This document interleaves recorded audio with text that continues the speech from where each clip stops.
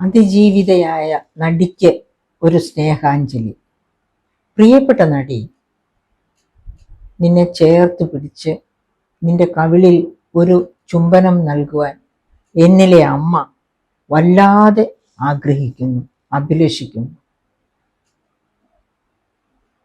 നമ്മുടെ മനുസ്മൃതിയിലേക്ക് നമുക്കൊന്ന് നോക്കാം.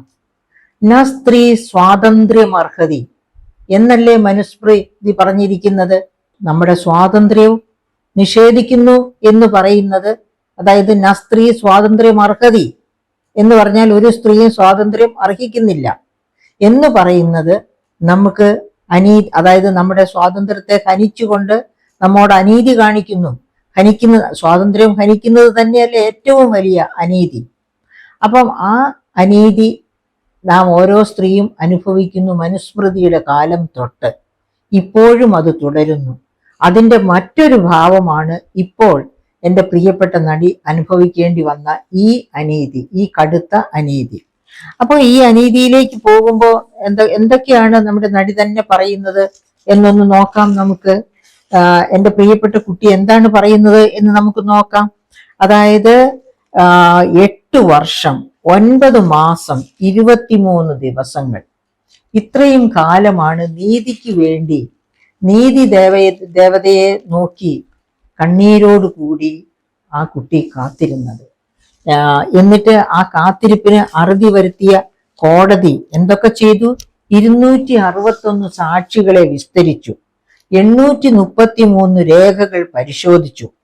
എല്ലാം കഴിഞ്ഞതിന് ശേഷം 6 പേർക്ക് 20 വർഷത്തെ തടവ് വിധിക്കുന്നു. ബാക്കിയുള്ളവർക്ക്, അതായത് 7, 8 മുതൽ മുകളിലേക്കുള്ള പ്രതികളെയൊക്കെ വെറുതെ വിടുന്നു. പ്രോസിക്യൂഷന് 7, 8 തുടങ്ങിയ പ്രതികളുടെ തെറ്റുകൾ, അവർ എന്ത് ക്രൈമാണ് ചെയ്തത് എന്ന് തെളിയിക്കാൻ രേഖകളില്ലാതെ പോയി എന്നാണ് പറയുന്നത്. ഈ സത്യം പറഞ്ഞാൽ ആദ്യം തന്നെ ഈ കേസ്, ഈ സംഭവം നടന്നതിൻ്റെ തൊട്ടടുത്ത ദിവസം തന്നെ ഊഹിക്കാൻ കഴിയുന്ന തരത്തിലുള്ള തെളിവുകൾ പൊതുജന സമക്ഷം എത്തിയിരുന്നു. അതായത് യഥാർത്ഥ കുറ്റവാളി, അതായത് സ്വന്തം സഹപ്രവർത്തകയെ അദ്ദേഹം തന്നെ ചാനൽ ചർച്ചയിലല്ല, അദ്ദേഹം തന്നെ പിറ്റേ ദിവസത്തെ അമ്മയുടെ മീറ്റിങ്ങിൽ പങ്കെടുത്തുകൊണ്ട് പലരും നടിക്ക് സംഭവിച്ച മാരകമായ ക്ഷതത്തെ പറ്റി മീറ്റിംഗ് കൂടി വ്യാകുലതകൾ ഷെയർ ചെയ്യുന്ന സമയത്ത് യഥാർത്ഥ കുറ്റവാളി എന്ന് പൊതുസമൂഹം വിശ്വസിക്കുന്ന ആ മാന്യനും എൻ്റെ കൂടെ ഏറ്റവും കൂടുതൽ സിനിമകളിൽ അഭിനയിച്ചിട്ടുള്ള അഭിനേത്രിയാണ് എന്ന് പറഞ്ഞ് വലിയ ആശങ്കാകുലനായിട്ട് സംസാരിക്കുന്നത് കേട്ടതാണ്. പക്ഷെ അപ്പോൾ അതൊന്നും അന്ന് കേൾപ്പിച്ചിരുന്നില്ല. അതൊക്കെ ഈ അടുത്ത ദിവസം ഈ വിധി വന്നതിന് ശേഷമാണ് അത്തരം കാര്യങ്ങളൊക്കെ പൊതുജന സമക്ഷത്തിൽ എത്തുന്നത്. അപ്പം അങ്ങനെ യഥാർത്ഥ പ്രതി കൂടെ ഉണ്ടായിരുന്നു. പക്ഷെ ആ പ്രതി ഗവൺമെന്റിന് വേണ്ടപ്പെട്ടവനാണ്. ഒരു കാരണവശാലും അവന്റെ ഒരു രോമത്തിന് പോലും കേടുപറ്റത്തക്ക രീതിയിൽ ഈ കേസ് മുന്നോട്ട് പോവുകയില്ല എന്ന് ആണയിട്ട് പറഞ്ഞ ആൾക്കാരെ എനിക്കറിയാം. ഇടതുപക്ഷത്തുള്ളവർ തന്നെ അത് പറഞ്ഞിട്ടുണ്ട്. പക്ഷേ ഇപ്പൊ ഗവൺമെന്റ് ഓർമ്മിക്കുക, 35.7% വോട്ട് കൊണ്ട് LDF തൃപ്തരാകേണ്ടി വന്നെങ്കിൽ അതിലെ 1-ാം പ്രതി ഈ കേസിലെ യഥാർത്ഥ പ്രതിയാണ്, യാതൊരു സംശയവുമില്ല. കാരണം സ്ത്രീകൾ മുഴുവനും ആ പെൺകുട്ടിയുടെ സങ്കടം, സ്ത്രീ സ്വാതന്ത്ര്യമർഹതി എന്നൊക്കെ മനുസ്മൃതി പറയുന്നുണ്ടെങ്കിൽ പോലും അവനവന്റെ കുടുംബ പശ്ചാത്തലത്തിൽ അവനവന്റെ ജീവിത സാഹചര്യങ്ങളിൽ സ്വാതന്ത്ര്യം ഒരു പരിധി വരെയെങ്കിലും സ്വാതന്ത്ര്യം അനുഭവിച്ച് മുന്നേറുന്നവരാണ് കേരളത്തിലെ സ്ത്രീകൾ. കാരണം ഇവിടെ വിദ്യാഭ്യാസമുണ്ട്, ഇവിടെ ആരോഗ്യ സംരക്ഷണമുണ്ട്. ഒന്നും ഗവൺമെന്റിന്റെ ചെലവിലല്ല, അവനവന്റെ പോക്കറ്റിൽ നിന്നുള്ള പൈസ കൊടുത്താണ് ഇതൊക്കെ നടത്തുന്നത്. അങ്ങനെയുള്ള ഒരു സമൂഹത്തില് എഴുതാനും വായിക്കാനും അറിയാവുന്ന സ്ത്രീകൾ, ധൈര്യപൂർവ്വം അവനവന്റെ കാര്യങ്ങൾ മുന്നോട്ട് വയ്ക്കാൻ കഴിവുള്ള സ്ത്രീകൾ, അതൊക്കെ കാരണം കൊണ്ട് ഈ മനുസ്മൃതി പറയുന്നതിനേക്കാൾ കൂടുതൽ സ്വാതന്ത്ര്യം അനുഭവിക്കുന്ന സ്ത്രീകളാണ് കേരളത്തിലെ സ്ത്രീകൾ. അങ്ങനെയുള്ള ഒരു ഘട്ടത്തിൽ ഗവൺമെന്റിന് കിട്ടിയ തിരിച്ചടിയുടെ 1-ാം പ്രതി ഈ പ്രതിയാണ്, ഈ നടിയുടെ കേസിലെ പ്രതിയാണ് എന്നുള്ളതിന് യാതൊരു സംശയവുമില്ല. ഇനിയിപ്പോൾ പ്രോസിക്യൂഷന് പോകുമെന്ന് പറയുന്നു. പ്രോസിക്യൂഷന് പോയാലും ഈ ഗവൺമെന്റ് ആണ് പ്രോസിക്യൂഷന് വേണ്ടി കൊണ്ടുവിടുന്നത് എങ്കിൽ നടിക്ക് ഒരു പ്രത്യേകിച്ച് പ്രയോജനമൊന്നും കിട്ടില്ല. പക്ഷേ ഈശ്വരൻ അനുഗ്രഹിച്ചാൽ, ഈശ്വരൻ നടിയുടെ കൂടെയാണ് എന്ന് എനിക്ക് തോന്നുന്നു. ഈ വിധി പ്രസ്താവം, അതായത് ഇന്നലത്തെ ഇലക്ഷന്റെ റിസൾട്ട് വന്നപ്പോൾ എനിക്ക് തോന്നുന്നു, തദ്ദേശ സ്വയംഭരണ സ്ഥാപനങ്ങളിലേക്കുള്ള ഇലക്ഷന്റെ റിസൾട്ട് വന്നപ്പോൾ എനിക്ക് തോന്നുന്നത് ദൈവം നടിയുടെ കൂടെയാണ്.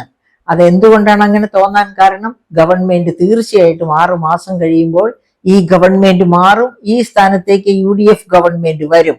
അങ്ങനെ UDF ഗവൺമെന്റ് വരുമ്പോൾ സത്യസന്ധമായ ഒരു അന്വേഷണം, ഇപ്പോഴുള്ള അന്വേഷണം മുഴുവനും നഖശിഖാന്തം പക്ഷം പിടിച്ചുള്ളതാണ്. ആ പക്ഷം പിടിച്ചുള്ള വിധികളെയും മറ്റെല്ലാം ചവറ്റുകുട്ടയിൽ എറിഞ്ഞിട്ട് ഉയർന്ന കോടതിയില് ബഹുമാനപ്പെട്ട ദേവൻ രാമചന്ദ്രനെ പോലെയുള്ള നീതിനിഷ്ഠരായ ജഡ്ജിമാരിയ്ക്കുന്ന ഹയർ കോടതികളിലേക്ക് ഈ കേസുമായിട്ട് പുതിയ ഗവൺമെന്റിന്റെ പ്രോസിക്യൂഷൻ പോകും. അങ്ങനെ പോകുമ്പോൾ തീർച്ചയായും നടിക്ക് നീതി കിട്ടും. ചങ്ങലക്കിടപെടേണ്ടവർ ചങ്ങലക്കിടപെടും എന്ന് തന്നെയാണ് ഞാൻ പ്രതീക്ഷിക്കുന്നത്. അങ്ങനെ തന്നെ സംഭവിച്ചു കാണാനാണ് ഈ നാട്ടിലെ സ്ത്രീകൾ അധികം പേരും. ഞാൻ ഓർമ്മിക്കുന്നു, പത്രങ്ങളിൽ പോലും കരഞ്ഞുകൊണ്ടിരിക്കുന്ന ഭാഗ്യലക്ഷ്മി, അവരും ഒരു അമ്മയാണ്.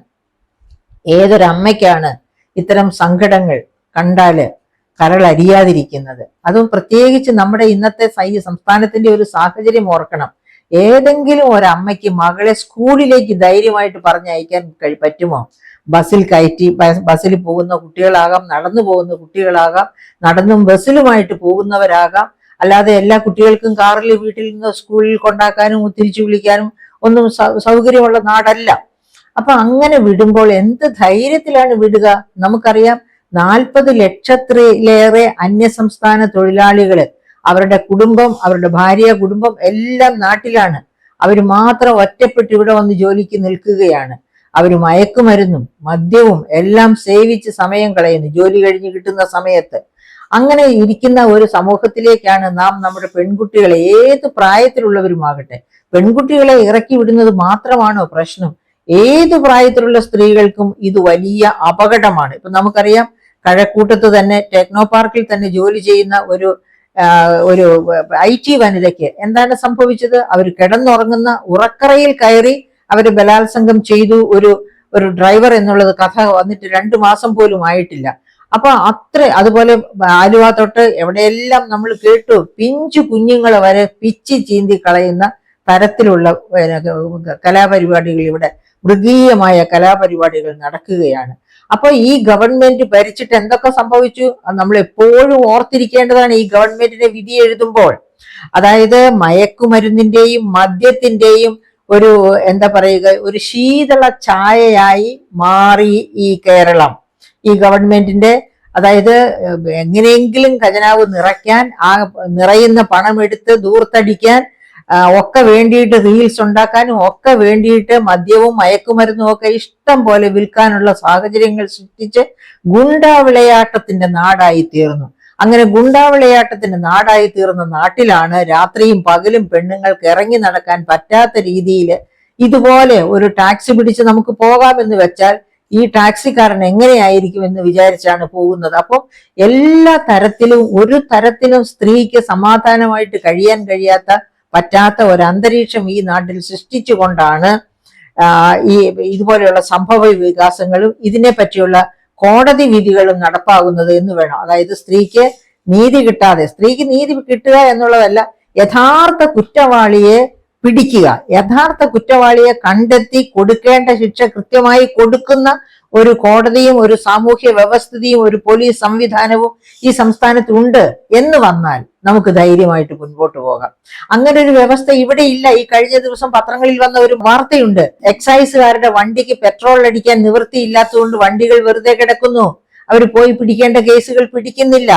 അത് മാത്രവുമാണോ? എക്സൈസുകാരുടെ വണ്ടി പെട്രോൾ അടിച്ചിട്ട് കാലങ്ങളായി, മെയിൻ്റനൻസ് നടത്തിയിട്ട് കാലങ്ങളായി, അത് കാരണം വെറുതെ വർക്ക്ഷോപ്പിൽ കിടക്കുന്നു, വണ്ടി ഉപയോഗിക്കാൻ പറ്റാതെ കിടക്കുന്നു. അതൊക്കെ ഈ 10.10 കോടി രൂപ കൊടുത്ത് ഇനിയും 2 കാറുകൾ വാങ്ങാൻ പോകുന്നു. 6 മാസം കാലം മാത്രമേ ഇനി ഭരണത്തിലുള്ളൂ, എന്നിട്ടും 2 കാറ് വാങ്ങാൻ പോകുന്നു എന്ന് പറയുന്ന അതേ മുഖ്യമന്ത്രിയുടെ ഭരണത്തിന് കീഴിലാണ് എക്സൈസ് വകുപ്പിന്റെ ഈ ഗതികേട്. അപ്പോൾ എങ്ങനെയാണ് മയക്കുമരുന്നും കള്ളക്കടത്തും അതുപോലെ ഈ പറയപ്പെട്ട കാര്യങ്ങളൊക്കെ, കഞ്ചാവും ഒക്കെ പിടിച്ചെടുക്കാൻ പറ്റുക? അവിടെ ഇവിടെയൊക്കെ നമ്മുടെ ഇടുക്കിയിലും പാലക്കാട് ഒക്കെ എല്ലായിടത്തും ഉണ്ട് കഞ്ചാവ് കൃഷി. ആ കഞ്ചാവ് കൃഷി, കഞ്ചാവ് ചെടികളെയൊക്കെ വലിച്ചു പറിച്ച് നടങ്ങിയ എക്സൈസുകാർ പോയാലല്ലേ പറ്റൂ. ഇതൊന്നും നടക്കുന്നില്ല. കാരണം നയാ പൈസ ഇല്ല. അതാണ് കാരണം. നയാ പൈസ ഉണ്ടെങ്കിൽ അത് മുഴുവനും ദൂർത്തടിക്കാനും ഗവൺമെന്റിന് സ്തുതിപാഠകരെ സൃഷ്ടിക്കാനും മാത്രമാണ്. പാർട്ടിയിൽ കുറെ വനിതകളുണ്ടല്ലോ, അയ്യോ ഈശ്വരന് തുല്യനാണ് നമ്മുടെ പ്രധാനപ്പെട്ട ബഹുമാനപ്പെട്ട മുഖ്യമന്ത്രി എന്ന് രാപകൽ സ്തുതി പാടിക്കൊണ്ട് നടക്കുന്ന വനിതകളുണ്ട്, പുരുഷന്മാരുമുണ്ട്. അത്തരക്കാർ തന്നെ.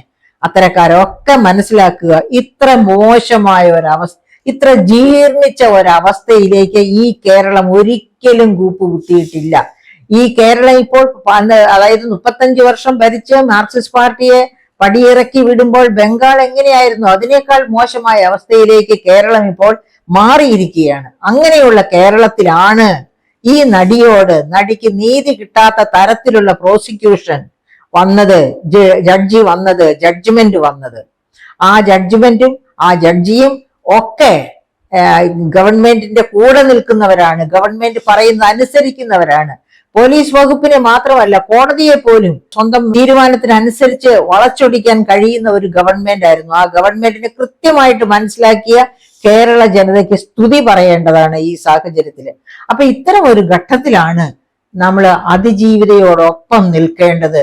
അവർ അനുഭവിച്ച ഈ കഴിഞ്ഞ ഈ പറഞ്ഞ കാലഘട്ടത്തിൽ മുഴുവൻ അവർ അനുഭവിച്ച 8 വർഷം 9 മാസം 23 ദിവസം അവരനുഭവിച്ച ദുഃഖങ്ങൾ, അതായത് യഥാർത്ഥത്തിൽ യഥാർത്ഥ പ്രതിയെ കണ്ടെത്തി കുറ്റവാളിയാണ് എന്ന് വിധിച്ച് ശിക്ഷ കൊടുത്തിരുന്നുവെങ്കിൽ ഇപ്പോഴെങ്കിലും ആ കുട്ടിക്ക് അതിൽ നിന്ന് റിലീഫ് കിട്ടിയേനെ. അപ്പൊ അങ്ങനെ ആ കുട്ടി റിലീഫ് അനുഭവിക്കേണ്ട, അവളൊരു പെണ്ണാണ്, അവൾക്ക് സ്വാതന്ത്ര്യം വേണ്ട, അവൾക്ക് നീതി വേണ്ട എന്ന് തീരുമാനിച്ച നീതിന്യായ കോടതിയോട് പോലും നമുക്ക് പരിഭവം തന്നെയാണ്, യാതൊരു സംശയവുമില്ല.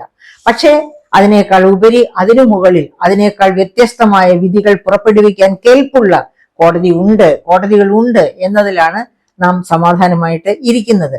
അപ്പോൾ എനിക്ക് എൻ്റെ പ്രിയപ്പെട്ട നടിയോട് പ്രത്യേകമായിട്ട് പറയാനുള്ളത്, ഒരു കാരണവശാലും പ്രോസിക്യൂഷൻ എന്താണ് പറയുക, ഈ പ്രോസിക്യൂഷൻ വാദിച്ച് ജയിച്ച് നീതി നടപ്പാക്കുമെന്ന് വിചാരിച്ചിരിക്കാതെ സ്വന്തം താല്പര്യപ്രകാരം ഉയർന്ന കോടതികളിലേക്ക് പോവുക, ആ കോടതികളിൽ പോയി നീതി നേടുക, അങ്ങനെ വിജയശ്രീലാളിതയായി ഈ ജനങ്ങളുടെ മുൻപിൽ നിൽക്കുക. ഈ ജനങ്ങൾ ചേർത്ത് പിടിച്ചു, ഇവിടുത്തെ സ്ത്രീവർഗം ചേർത്ത് പിടിച്ചു എന്ന് ഇപ്പോഴും സമാധാനിക്കാം. ഈ നടിക്ക് ഒരു തരത്തിലുള്ള മാനസിക ആഘാതവും വേണ്ട. കാരണം ചേർത്ത് പിടിക്കുന്നവരാണ് ചേർത്ത് പിടിക്കാത്തവരെക്കാൾ കൂടുതൽ. ഈ ചേർത്ത് പിടിക്കാത്തവർ പോലും തെറ്റിദ്ധരിക്കുന്നത് കൊണ്ടാണ് ചേർത്ത് പിടിക്കാത്തത്. കാരണം അവരെ പണമുള്ളവൻ പണക്കൊഴുപ്പ് കൊണ്ട്, പണം കൊണ്ട് ആരെ വേണമെങ്കിലും വിലക്കെടുക്കാം, ഏത് ആശയങ്ങളെ വേണമെങ്കിലും മാറ്റി ചിന്തിപ്പിക്കാം. അതാണ് ഇവിടെ സംഭവിച്ചത്. കാരണം പണം കൊടുത്ത് മാധ്യമ പ്രവർത്തകരെ ഒക്കെ കയ്യിലെടുക്കുന്നു. എൻ്റെ അടുത്ത് തന്നെ പല മാധ്യമ പ്രവർത്തകർ പറഞ്ഞിട്ടുണ്ട്, പ്രതി എന്ന് നമ്മൾ വിചാരിക്കുന്ന ആള് അല്ല എന്നുള്ള രീതിയിൽ.